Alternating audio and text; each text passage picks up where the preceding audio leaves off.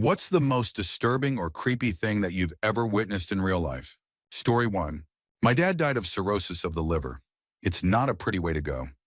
The worst part about it is that when the liver stops working the way it should, it causes a buildup of ammonia in the blood that can severely affect the brain.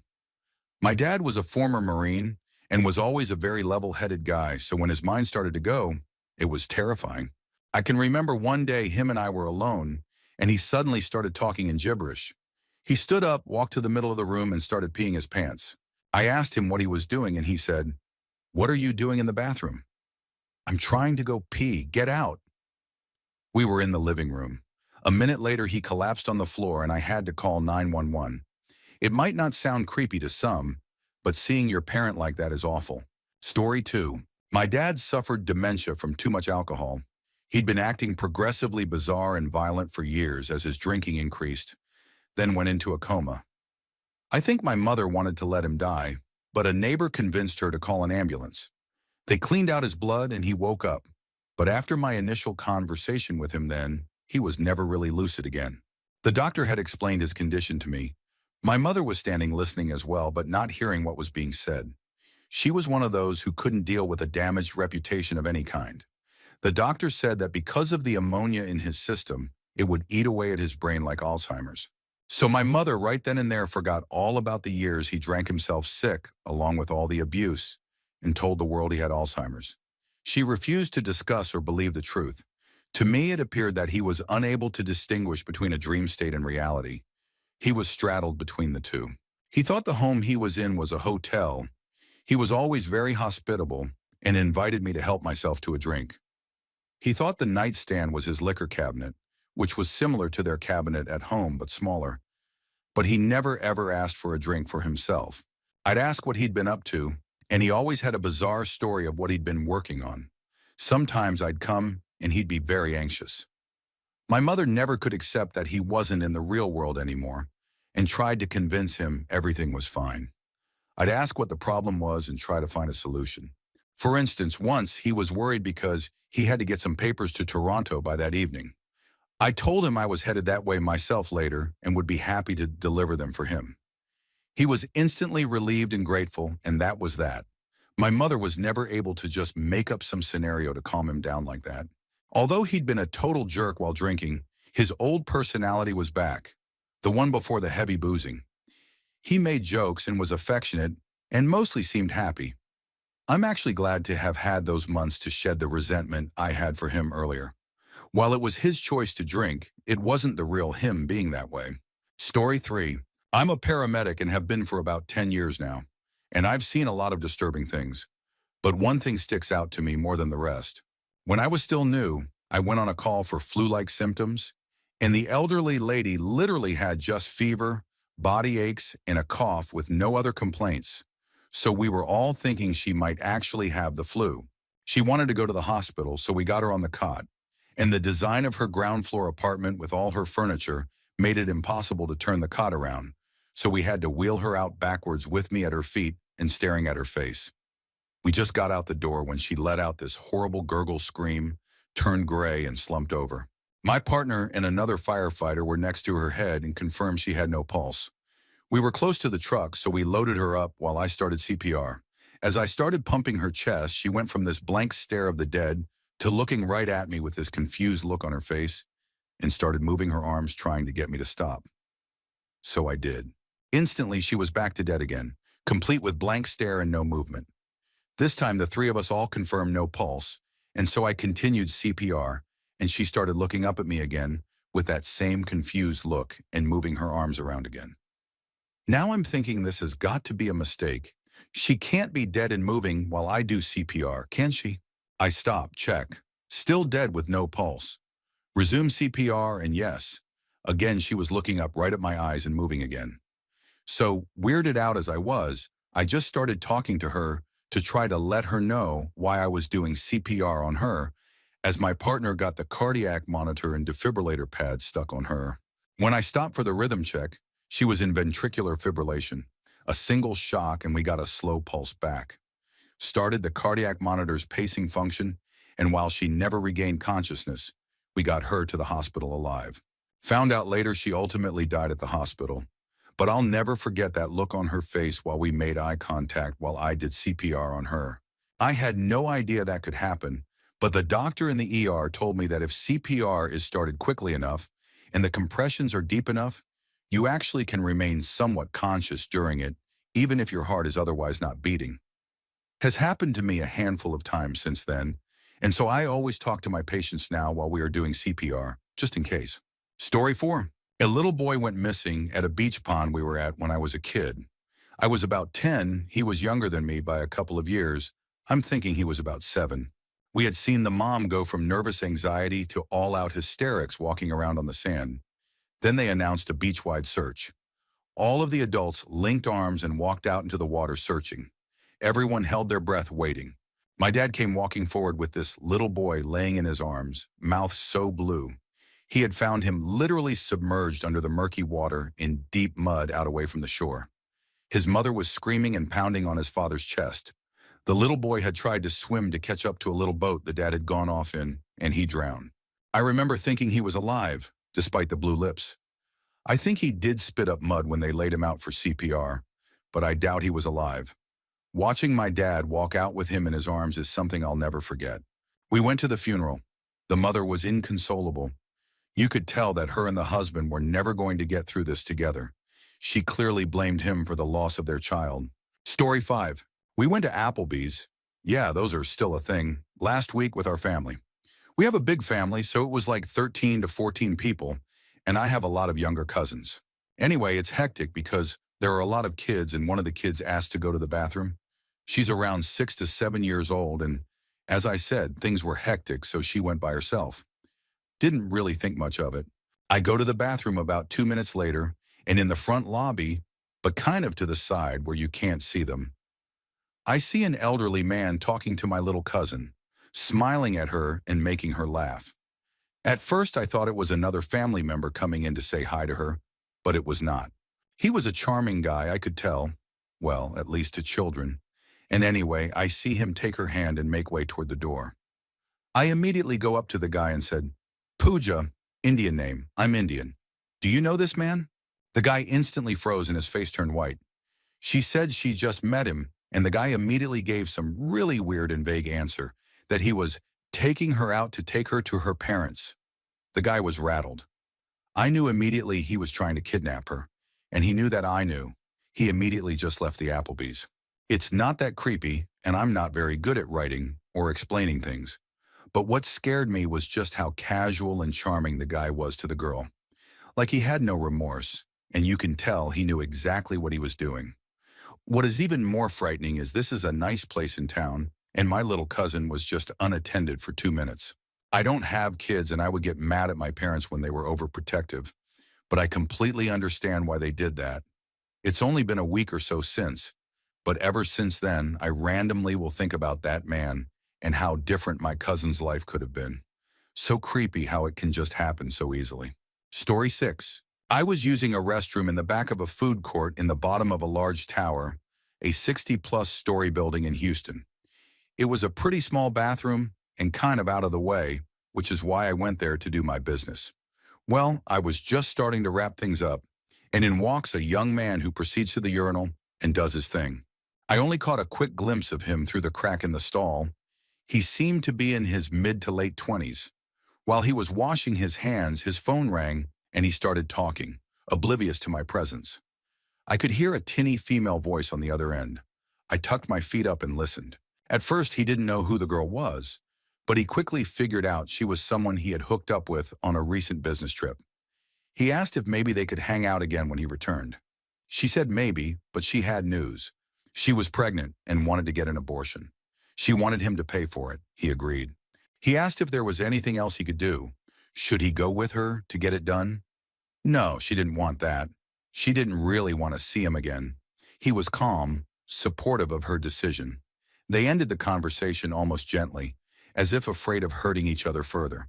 After he hung up, it was dead silent for about 15 seconds, and then he broke down. I stayed very, very still. I hadn't wanted to see this intimately into his life. I had only wanted to preserve a sense of privacy, but at this point I was committed. He cursed and cried for about 5 minutes, then gave himself a little pep talk in the mirror. This was, I learned, not the first time he had been in this situation. I waited a couple minutes before I left the bathroom.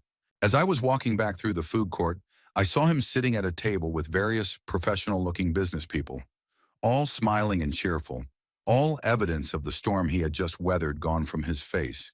Story 7. I lived in the downtown area of my city for 3 years with my husband. One night after closing down our favorite bar, we decided to walk down the street and get a couple slices of pizza. On the way there, we saw a girl who was so out of it she literally couldn't walk. Like, she was stumbling drunk, trying to move down the street, her head rolling from side to side as she walked. Just picture a 110-pound rag doll trying to stand. Then we realized that she was digging in her bag like she was looking for keys. So I stopped her and asked if she was okay, and she just kept repeating, "I have to get away. I have to get away." That's when we noticed the trail of blood on the sidewalk behind her. Her neck was bright red, like she had been choked, and her lip was swollen. We called 911. She finally took a deep breath and said she thought she had been drugged, but she knew she had been assaulted. Before we could even get her calmed down enough to tell us her name, a man with a big scratch on his face and blood on his shirt came walking up and started saying she was his wife and that he needed to get her home. My husband stepped in and said, "No, I think we'll find out where she needs to go from her." The guy tried to swing at my husband, who knocked him to the ground. My husband pinned him down. Then the girl started seizing. So now we were on the sidewalk, my husband holding the man down, and I had the girl's head in my lap, hoping she didn't die while we waited for the ambulance to arrive. What I always found most disturbing wasn't the evil that drove that man to hurt her. It was that 10 people gathered around us during the whole exchange, and not one offered to help. Story 8. I saw someone have a seizure in my freshman high school business class during the first week of school. It started as a fight, but the other guy swung a keyboard, this was in a computer lab, and knocked him into the edge of a desk, which sent him into spasms. The guy got tangled in the wires somehow and dragged the entire setup, as well as his neighbors, with him. So this guy was now partially suspended in the air, having a seizure while our pregnant teacher ran to get the teacher next door, who was certified to handle emergencies like this. Everyone just stood up and looked over while this happened, because no one had ever been in a situation like that before. The girl sitting next to the guy was screaming and trying to help, but didn't really know what to do. The other teacher came in and immediately started working to untangle him and set him down. I'll never forget those hollow eyes with the blank stare as his body convulsed. The guy who hit him with the keyboard also stole money out of his wallet at some point during the chaos. Story 9. I worked for an assisted living company for about 6 years. During that time, I experienced my fair share of death. Some passed peacefully, some passed smiling, some passed crying. Some were with family, others with just the staff around them. One lady passed with something else entirely. I was helping out the nursing staff with resident wake-ups because someone had called off. One particular resident whom I was assigned to, we'll call her Catherine, was a remarkable woman. Loud, sassy, hilarious, and kind. She was very well put together and relatively fit for her age. This morning, however, I noticed something was off. Long story made very short, within an hour she was virtually unconscious with severe heart failure. As we were already short-staffed, none of the nurses or aides could sit with her while she spent her final hours in bed, so I decided that I would stay and sit with her until family arrived. I sat with Catherine for about 3 hours. She mostly slept.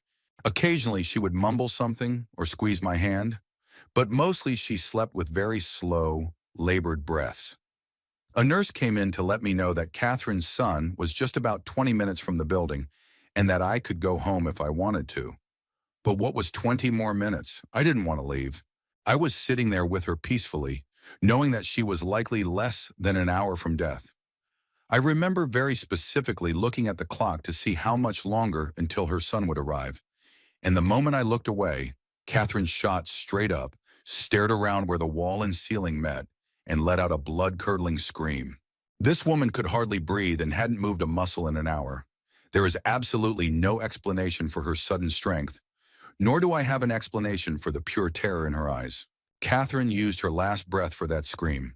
She fell back, white as paper, and was gone. The nurses rushed in to ask what had happened. I barely got the words out before I excused myself to the bathroom, and I just sat there and shook for an hour. I've never been more terrified in my life. Catherine's son showed up about 5 minutes later. The nurses told him that she went peacefully and with people by her side, but she didn't go peacefully, and I left her the second she passed. I have never been a believer in an afterlife, but this experience rattled me to my core. Storytime. I'm female and was about 20 at the time. I lived in a basement apartment with a roommate. One night I couldn't sleep. It was about 4 in the morning. I usually got up at 5 a.m. to get ready for work, so I called in sick. I worked for my dad and could get away with that, and just sat in my room on the internet in the dark. I then got a big whiff of cigarette smoke. My roommate at the time and I did not smoke, but every once in a while in the mornings while getting ready, I would smell cigarette smoke faintly. I was often in a hurry and shrugged it off as lingering smells on my clothes from visiting smoking friends. But this time, it was very strong. I decided to investigate. The smell clearly was coming from my room. I decided to get a second opinion from my roommate, who stays up until morning gaming. He smelled it too and thought it originated from my slightly ajar window. He pulled back the blinds to get a better sniff. A silhouette outside, lit from behind by a streetlight, shifted away quickly. My roommate grabbed a bat and headed outside. He found nothing. I had crappy plastic broken blinds with horizontal slits, so we placed a towel over them and covered every other window in the apartment. This same event played out a couple more mornings at about weekly intervals. While getting ready for work around 5 a.m., I'd return from my shower to my room, smell smoke, panic, look out the window and get my roommate, who would go outside too late to see anyone. We devised a plan. Next time, I was to go to my roommate calmly, and he would sneak out with his bat to catch the silhouette. Another morning arrived, carrying the scent of smoke. The plan worked. He caught a man with a big hood that shielded his face from view.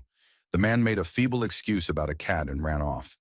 When it got lighter out, I went outside to look at my window.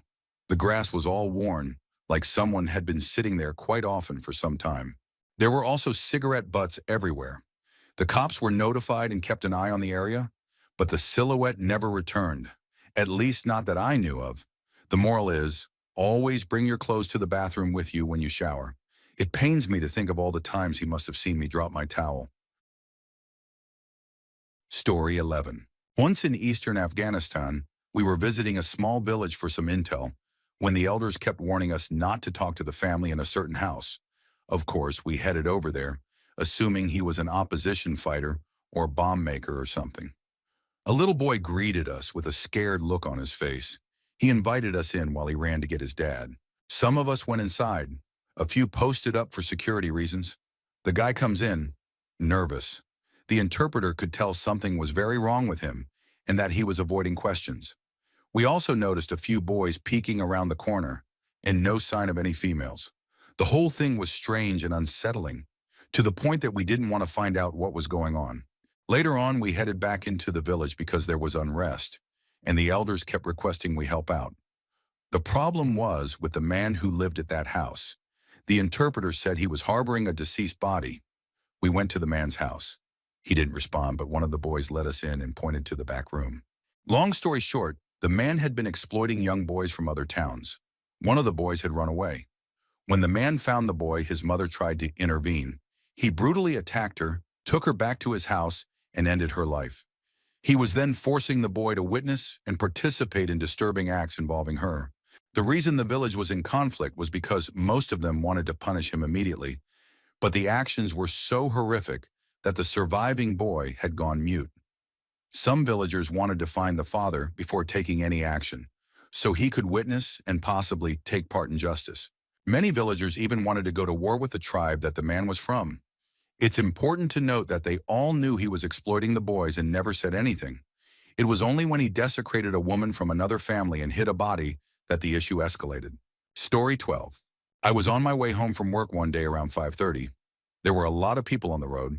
For no particular reason, I took the route through town instead of the highway. Probably less than 5 miles into my trip on a main road, 2 lanes going opposite directions and a turning lane in the middle, I saw some debris up ahead. I got closer while slowing down and could tell it was a car accident. I always carry a serious first aid kit in my bag. latex gloves, gauze, band-aids, alcohol, even a tourniquet. So I pulled closer, parked in the incoming lane, and threw my hazards on. At this point, all traffic was stopped and people were standing around staring. I grabbed my bag and ran up to the accident. There was an SUV to the right with minor damage to the driver's side, and a motorcycle rolled over in the road. Next to the motorcycle was a man, probably in his 50s, lying on his back, wearing a small skull cap helmet. There was another guy in a shirt and tie carrying a gun on his hip, checking the motorcycle rider's vitals. I later found out he was a Secret Service agent. I asked the agent if anyone had called 911. He said a guy to my left was on the phone with them. I knelt down and started to put my gloves on. I reassured him that the volunteer fire station was a few miles up the road, so they'd be there quickly. I then asked if the man on the ground was breathing and had a pulse. He said, yes, he just took a breath. Now this motorcycle rider was in really bad shape. I could tell as soon as I looked into his eyes. I'll spare the gory details, but it was a very ugly scene.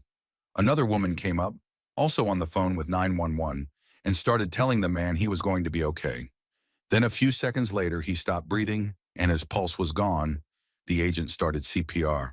I stood up and asked the people around if they had seen what happened. A few moments later, the agent told me he needed me to take over CPR.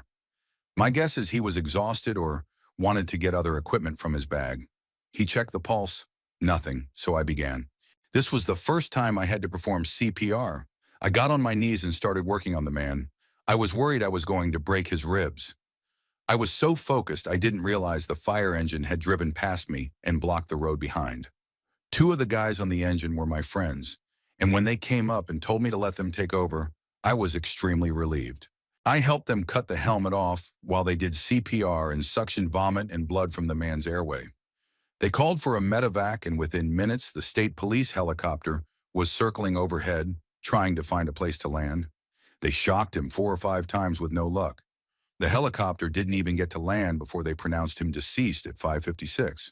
The driver of the SUV had pulled out of a gas station right in the path of the motorcycle. The person in the SUV was physically okay, but trapped in the car facing away from the scene. Luckily, they didn't have to witness us trying to save him. For a long time afterward, I felt like it was partially my fault he didn't survive. I can deal with it now after debriefing with the firefighters, but the man's eyes, the trauma, and watching life slip away in front of me will never leave me. Story 13. Spring break on a beach in Florida with some friends just sitting in the sun chatting. There was a family nearby with 2 boys who were digging a tunnel in the sand that led to a little sand burrow type space. They would crawl in and out of it, and both could fit down there at the same time. It didn't occur to anyone that this sand burrow might not be that stable. All of a sudden, we hear the mother screaming and look up to see her ripping away at the sand. People came running and started digging with her. The tunnel burrow had caved in on the 2 kids. It was horrible because you couldn't really tell where the boys were in order to get them out. It was all just blind digging in the sand trying to find them before they ran out of air. I don't remember how long it took because the situation was so terrible, but eventually both were found and dragged out of the sand. They were both okay, minus the memory of being buried alive. Story 14. When I was on holiday last year, me and my girlfriend were sitting on the beach playing cards in the afternoon. It was pretty quiet at the end of the holiday season, so there weren't too many people about. Still, while we played cards, we entertained ourselves with people watching, as you do. We both noticed a couple about 50 meters away who were clearly very drunk, staggering around and sipping a bottle of nearly empty vodka. The beach we were on was pebbly, with a man-made edge that dropped down to the shallow surf. Where they were was where the drop-off was highest, and I stupidly joked with my girlfriend that I bet they fall off. No less than 10 seconds later, we watched this lady stagger forward, trip, and tumble back first over the edge. In slow motion, she smashed her back on some rocks in the shallows. She didn't even make a sound, which almost made it worse, but everyone did this collective gasp as her back bent unnaturally, and then she slumped into the water. I ran into the sea to help her and started to drag her out, but as I was doing it, she didn't react at all. I couldn't tell if she wasn't moving because she was paralyzed from the fall or just drunk. In my head, I remember thinking me dragging her out could actually be what makes her permanently injured if she had damaged her back. But if I did nothing, she'd just drown. The boyfriend sobered up pretty quick and went to call for help, and my girlfriend went to get staff from our hotel, but nobody else did anything. We saw her later that holiday walking, so luckily I think her being drunk saved her from really life-changing damage. But that experience did disturb me. Story 15. Something I remember vividly. There are some things I don't feel comfortable talking about, but there is one story I can tell that I never let my mother know about. I was about a 12 to 13-year-old boy who grew up in the mountains near a small town. Houses were spaced out so there were a few miles between most. I had a friend who lived up the street. One day around dusk, I was going to his place, so I cut through the woods to get there before it got dark. Dusk is when a lot of animals hunt, by the way. On my way there, I heard sounds from the bushes, some rustling, nothing I hadn't heard before, but as I kept walking, it followed me. I started to worry that it wasn't just a rabbit or squirrel, so I picked up a large stick and kept walking. I was roughly halfway to my friend's house when, 10 feet ahead, a mountain lion walked onto the path I was taking. I was frozen with fear. My mind was racing but getting nowhere. Should I yell and bang the stick on the ground? Would that scare it or make it angry? Do I act big, play dead, or back away slowly? Can I fight this thing if I need to? Is this how I die? What felt like an eternity later, it simply walked away back into the brush. I stood still for a minute more. The sun was no longer visible, but the sky was still a dark orange.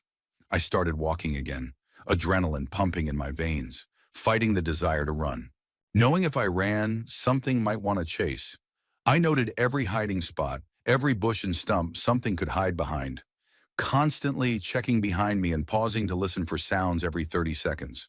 Multiple mice and other small animals told me that there weren't any predators nearby, but I'd be lying if I said that was enough to comfort me. When I got to my friend's house, we all ate together. I don't remember the food. I just remember looking out the window into the woods. Story 16. Basically, when I was in grade 6 or 7, I was friends with a new kid at our school. Me and my other friend went to his house a few times to watch movies. He had a single dad who always seemed nice when we were there. Well, one time when said friend was at his mom's house for the weekend, me and 2 other friends, all girls, were at the convenience store, which just happened to be right across the road from this friend's house. His dad came out and came over to see us and asked if we wanted to come watch a movie with him. Remember, his kid wasn't home. He was just asking us, 3 10 to 11-year-old girls, to come watch a movie with him. My one friend was like, yeah, all right, sure, because she didn't really think about it, and technically he wasn't a stranger. But he just made me feel so uncomfortable. I just felt weird and creeped out, like something was wrong. So while she went in the store, I took my other friend around the corner, because he stood there to wait for us, and another thing I found weird, and told her we shouldn't go. She agreed, so when our friend came out of the store, we were both just like, never mind, we're going to go home, and dragged her with us. So nothing bad happened, but even now when I think back on it, his actions just seemed so creepy that I really don't know what would have happened if we did go back to his house. There were 3 of us and only one of him that I know of. For all we knew, he could have had other people at his house, but we were still just little girls. I'm really happy I worked up the guts to tell my friend we shouldn't go. Never ended up telling anyone, or the friend whose dad it was, but I don't believe I ever went back to his house after that. Story 17. About a year ago, my stepdad passed away from terminal cancer. My parents purchased a recliner chair for my dad so he could rest comfortably sitting upright. After his passing, we decided to list it online and sell it. My then 3-year-old daughter approached the man who got out of the car to buy it, thinking it was her deceased grandfather. Both were large men. When she walked up to him with her arms out, his eyes lit up in a very strange way. It was not joyous. It was unsettling. I called my daughter over to me, handed her off to my husband. The buyer seemed annoyed, decided he wasn't buying it, and left. About a year later, my daughter and I were in a grocery store. I saw the same man looking at my daughter the same way. Like he desired her, I grabbed my kid. He snapped his eyes up at me angrily, like I had just interrupted him, and stomped off. That was the first time I had ever seen a grown man stare at a little girl in that way, and it scared me deeply. There are some very evil people in this world, folks. Hang on to your kids. Story 18. Went with a family member one time for him to show me his remote-controlled airplane. Neither of us had any land or wide openings nearby to really use, so he took us to a large piece of land that he said belonged to his buddy's father. I didn't think anything of it, and after a bit the buddy came by. He was just a regular guy, seemed a little slow and countryish, but other than that there was nothing really odd about him. Shortly after the buddy arrived, someone came out of a house close by and my family member just says, "Don't say anything," in a really low voice. I was immediately confused and figured maybe it had something to do with the land, or it was the buddy's father and there was just something off about him. The guy got closer. He was older, maybe late 60s, but very healthy looking with great posture for his age. He wore a completely black cowboy hat and a very tight-fitting leisure suit. Not sure if that's the right name, but it wasn't really a suit, though similar in design. Anyway, when he came out, I realized I didn't even need to be told to stay quiet. This guy had an incredibly intimidating presence. He looked intense, and there wasn't a hint of any emotion or facial expression on his face. He came and stood by the three of us. His son, the buddy, said a few things to him, and he just nodded. After a couple minutes, he walked away, and eventually the buddy left too. My family member immediately said the man was the leader of some kind of cult or strange religious group, and that this land had his church on it. He showed it to me when we were leaving. It just looked like a small white building, but it had what looked like upside-down red crosses about every 3 feet along the outside walls. It wasn't exactly something terrifying that happened, but it was one of the creepiest encounters I've ever had. It's hard to describe how the guy being within 10 feet of us made such a huge impression. I've seen the building once or twice since, and I don't think it's used for the same thing anymore. The crosses are gone, and a lot of the trees and woods around it have been removed, so it's no longer hidden, which makes me think it's something different now. Story 19. Probably an unexpected answer to this question, as it was the most painful thing I've experienced, but disturbing nonetheless. I came home one afternoon to find my dog had drowned in our pool. I was in high school at the time, with my parents at work. I went to the backyard to bring my dog inside. For those of you who have pets, you know that sinking feeling when there's no response after calling their name. I walked past the pool. It hadn't even crossed my mind to look there since he was a good swimmer, and we had taught him where the steps were to get out. But in the corner of my eye, I saw something white and brown in the water. Jumping in to pull out his still body, everything that followed felt like a nightmare. I loved my dog. He was part of the family. It felt so cruel that he had to go like that. So yes, more sad than creepy. But was it disturbing to see him like that? And to think about how panicked his final moments must have been? Absolutely. Story 20. I worked as a lifeguard last summer at the local pool. Normal things happened, like rescuing people who couldn't swim from the diving well and patching up kids who scraped themselves because they were running on deck. One day I was about to get onto the stand at the diving well, and as I was walking, I saw a little boy trying to turn back from the high dive. He had made it to the edge of the board but got scared and turned around. As he was trying to hurry off the board, he slipped and fell. He hit his head right on the edge of the pool and fell into the water. The guard on stand blew the long whistle, but since I was closer on the ground, I was the first to get to the kid.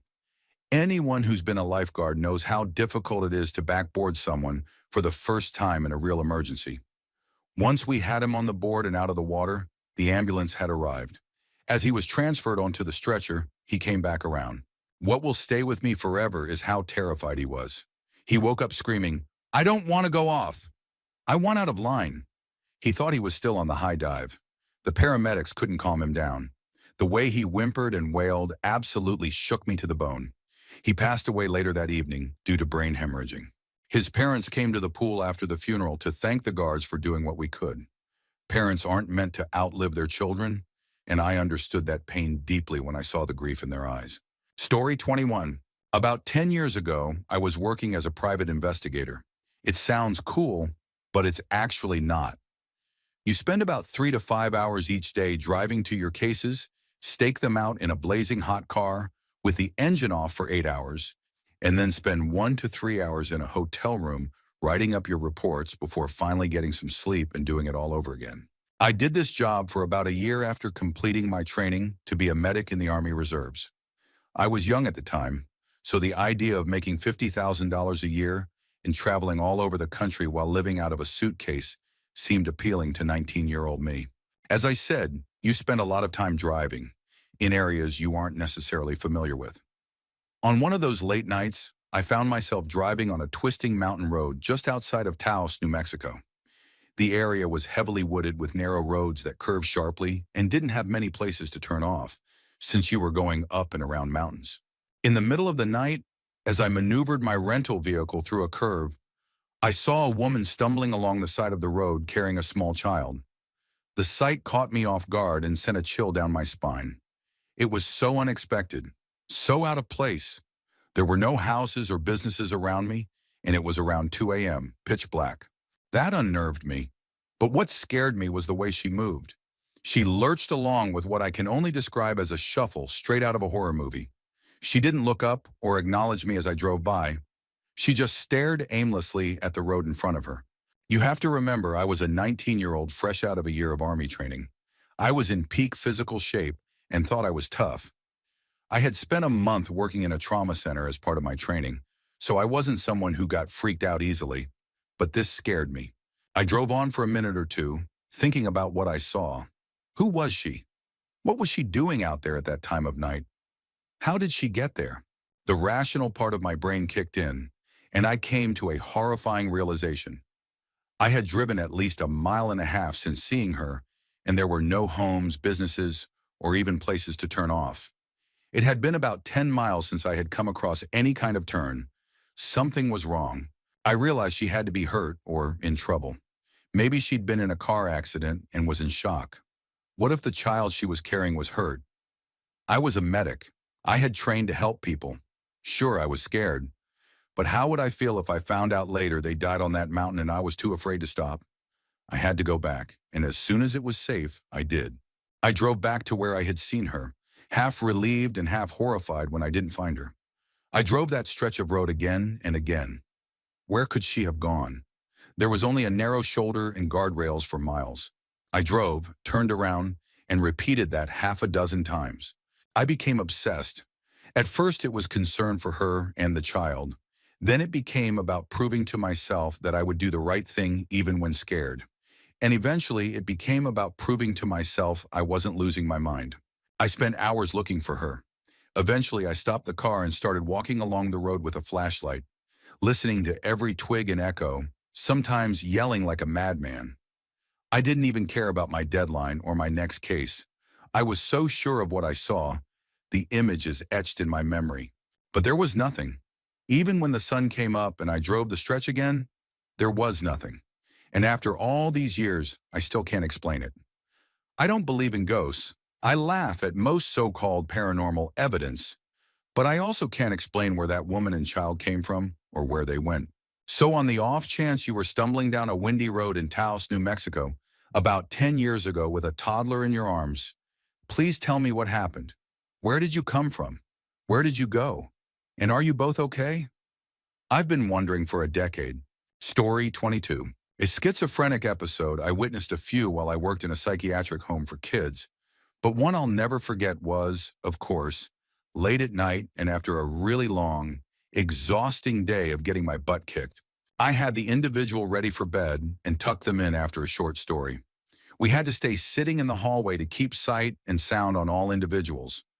The hallway was basically completely dark. I thought that our awful day was behind us and was looking forward to going home in 2 hours. About 5 minutes into thinking this, I heard the individual get out of bed. I could see their silhouette in front of the bedroom window. I whispered, "It's time for bed, name." Then I heard a growl and scratching against the window. "Oh no, here we go." I wasn't one to ever ask for help, as sometimes it escalates behaviors, so I planned to ignore it. The individual got back on the bed, and I could see them sitting with their legs crossed and looking straight up with their mouth open. Uh-oh. I started freaking out, thinking some serious stuff was about to happen. It was completely silent, and then the individual started screaming, "They're here!" over and over. The loudest, most ear-piercing scream I've ever heard in my life. My manager came running to me and I couldn't move. I was terrified. We nodded at each other and mouthed, "What the heck?" We both looked into the bedroom. The individual snapped her head at us and continued screaming while staring at us with this tormented look. I told the individual that they were safe and it would be okay. Apparently I messed up because she came charging at me and attacked us both. I will never forget that scream and how horrifying it sounded. After being completely terrified, my heart broke for this individual. I can't imagine the terror of living with a mental illness like that. The never-ending fear. Story 23. I am a fourth-year medical student. Last year, during my third-year ER rotation, an elderly woman was brought into the ER. I was told by EMS she had suffered a stroke. She was brought via EMS to the trauma room. When I entered the room, she was on her side, turned toward me. One nurse was putting a catheter in her, one was getting blood from her arm, and another was taking her temperature rectally. The patient was violently shaking, and she just had this look of sheer terror on her face. She looked right at me in a way I have never had anyone look at me. One side of her face and body were paralyzed. She tried to talk, but her words came out only as slurs. At some point, her daughter came into the room, and they locked eyes, and both started crying. During all this, I held the patient still while the nurses worked on her, and at some point, she held my hand and clutched it in terror. I looked down at her legs at one point, and they were as white as snow. One of her legs was deeply bruised. We later learned that when she had the stroke, she had fallen and broken her leg. She was not discovered for at least 5 hours after the stroke occurred. She had laid there and suffered for hours, paralyzed and in pain. When I left the hospital, she was alive, but I was told she passed away the next day. Needless to say, I was very upset by the whole experience. I remember leaving the ER after my shift and just breaking down and crying. God bless EMS, ER doctors, nurses, and techs. Story 24. So I have a memory from when I was younger, about 4, when this old woman came to live with us. She was my great aunt, but at the time I didn't really understand all those levels of extended family, so I just thought she was some woman.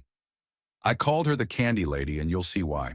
She was staying in my mom's sewing room, which I thought was odd because it had no bed, and she didn't have a suitcase or anything, which I also thought was strange. But being 4-ish, I really had no way of articulating this. I just went with the punches, man. But this lady was really nice and wanted to talk to me all the time.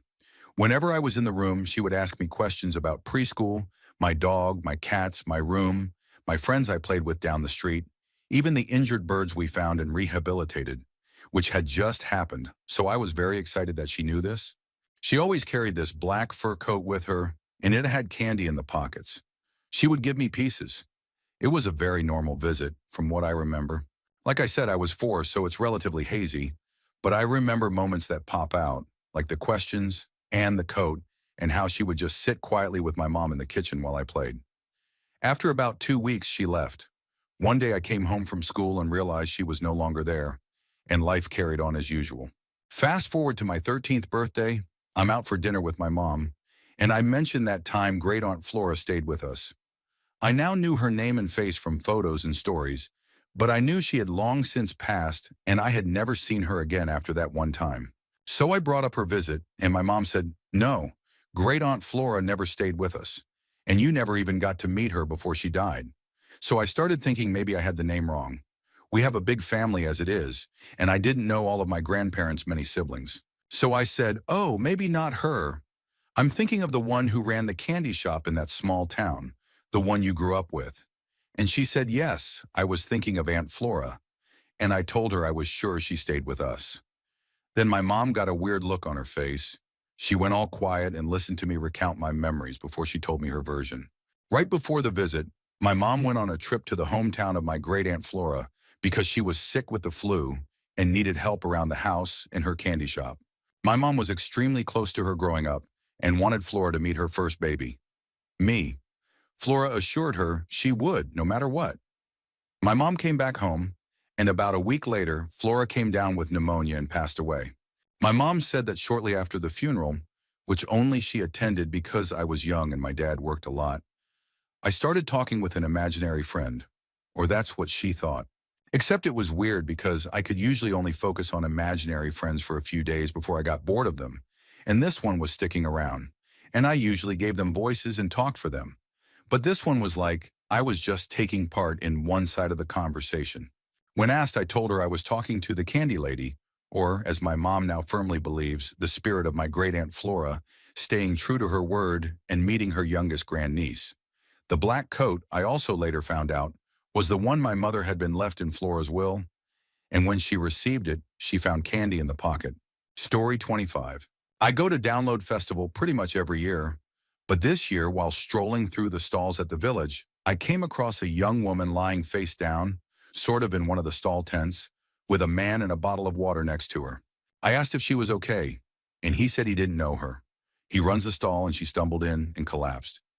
I sent my boyfriend to find a medic, and I sat down, put her head in my lap, and tried to get any information out of her. I found out her name and campsite pretty quickly, but she didn't know where exactly her tent was. Then what I thought she said, slurring very badly, was that she'd been left by all her friends. I asked what she had taken since she was very obviously on something, and she said she didn't know. Her boyfriend gave her a few pills and made her take them, and said he was taking some too. I asked where he was, and she repeated what she'd said earlier. Only I understood this time. Her boyfriend had given her pills, and then, when she didn't want to go back to the tent, he dumped her on the floor and just left her there. She downed about 2 liters of water just while I was there. I'm so glad the stall worker kept her safe, even if he didn't know what to do, since they had no way to contact medics or security. When my boyfriend came back with the medics, I went with her as far as I could and said goodbye. She was put in that position by someone she trusted, and I burst into tears afterward, which I'm putting down to my period and not because I'm sappy. The owner of the stall told us we were the only ones who had asked if she was okay, let alone tried to help. Other people were watching and laughing. People can be so heartless when they're part of a crowd. Story 26. When I was 18, I suffered from anorexia. I had just gotten out of the hospital and was very small and fragile looking. My best friend and I decided to celebrate my freedom by going to the movies, and we're going to meet at the theater. I arrived before my friend, so I started walking up to the theater to wait for her. Seemingly out of nowhere, a man came walking up to me. He was very tall, quite muscular, wearing nice jeans and a tank top, but most strikingly, he had blood running down his face. He asked me if he could please borrow my phone, that he had been injured and needed someone to come pick him up. I immediately agreed, handed him my phone, and waited for him to make his call. At the same time, my friend arrived and called out to me.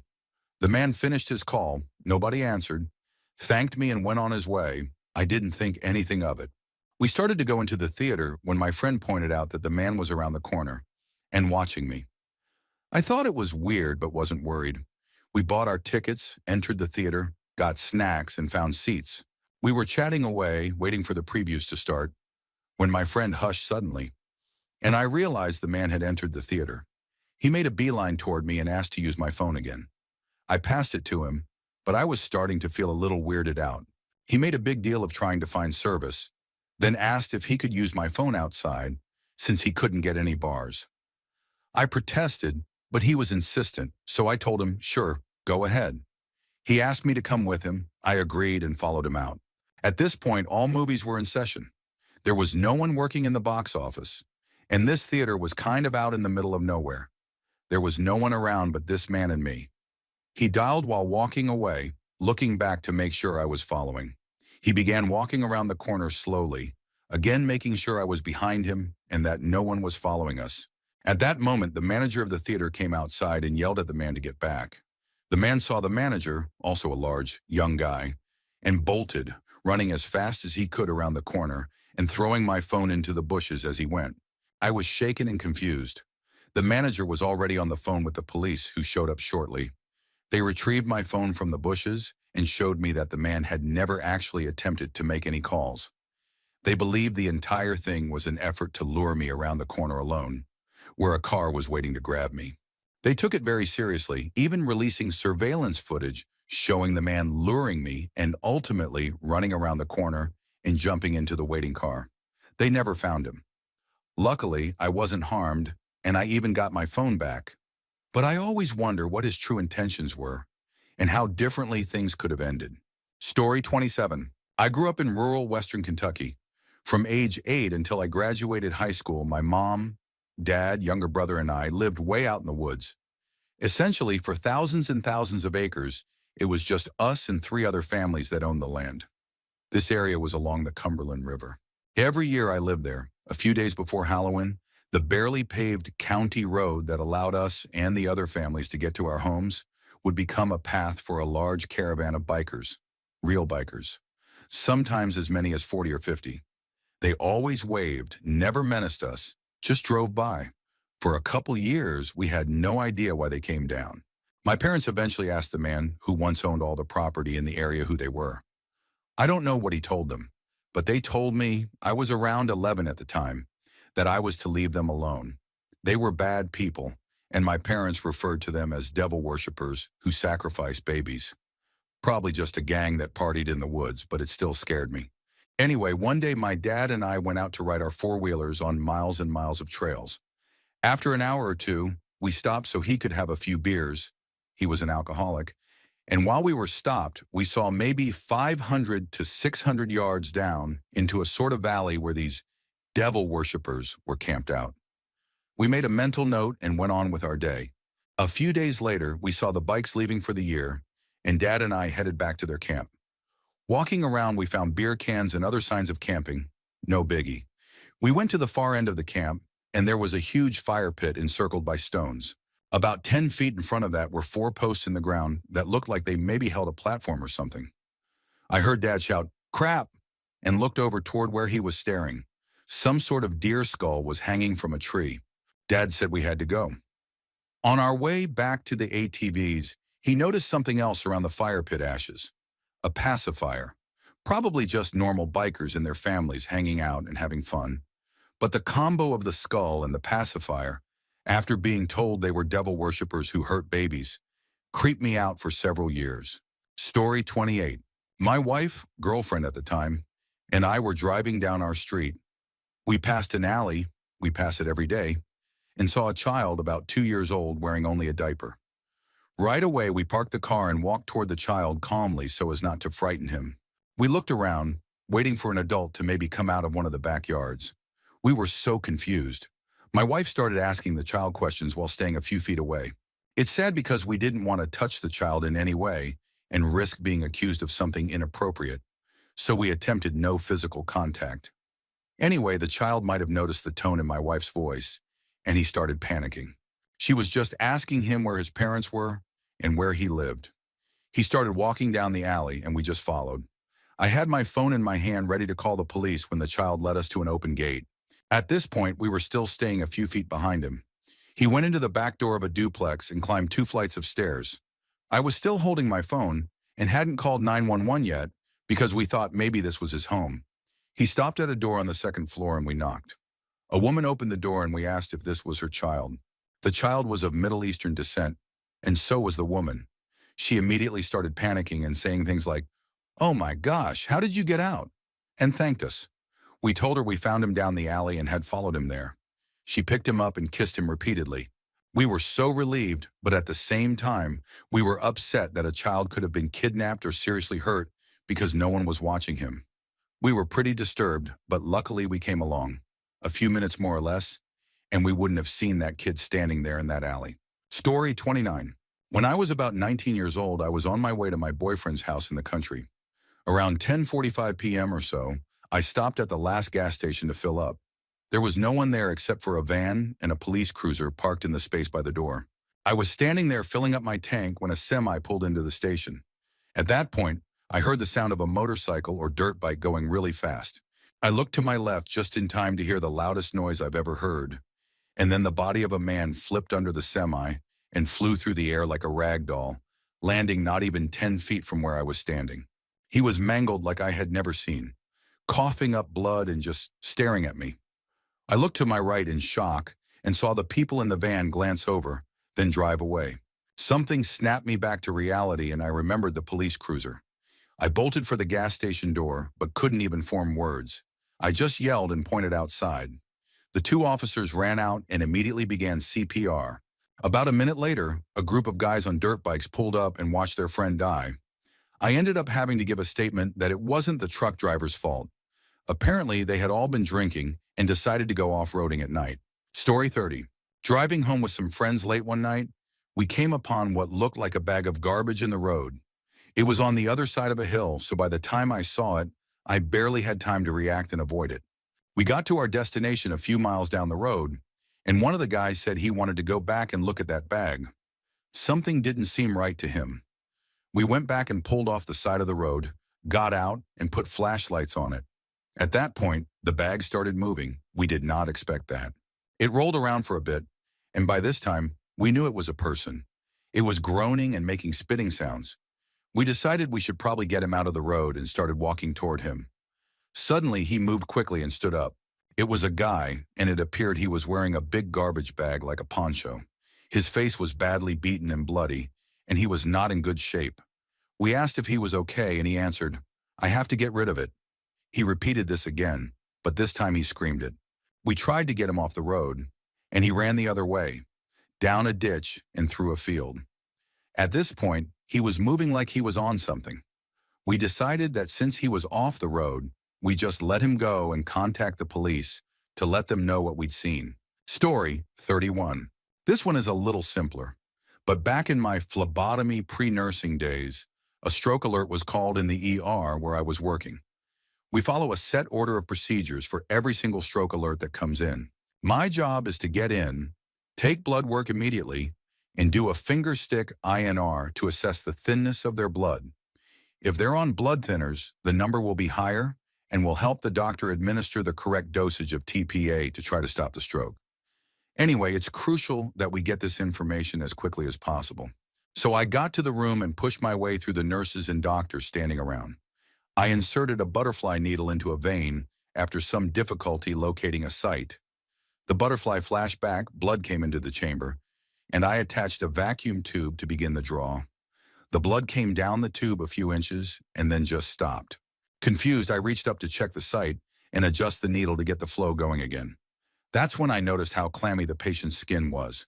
I looked up at the patient for the first time and saw their eyes staring blankly ahead, unmoving, and, if you're familiar with death, obviously no longer able to see anything again. The patient was dead. I had just tried to draw blood from a dead body. I looked over at the nurse sitting at the computer. She caught my eye and said, "Oh yeah, they died in the ambulance. Sorry, we forgot to cancel the alert." I've seen plenty of deceased patients over the years, but for some reason, this one sticks with me as being unequivocally creepy.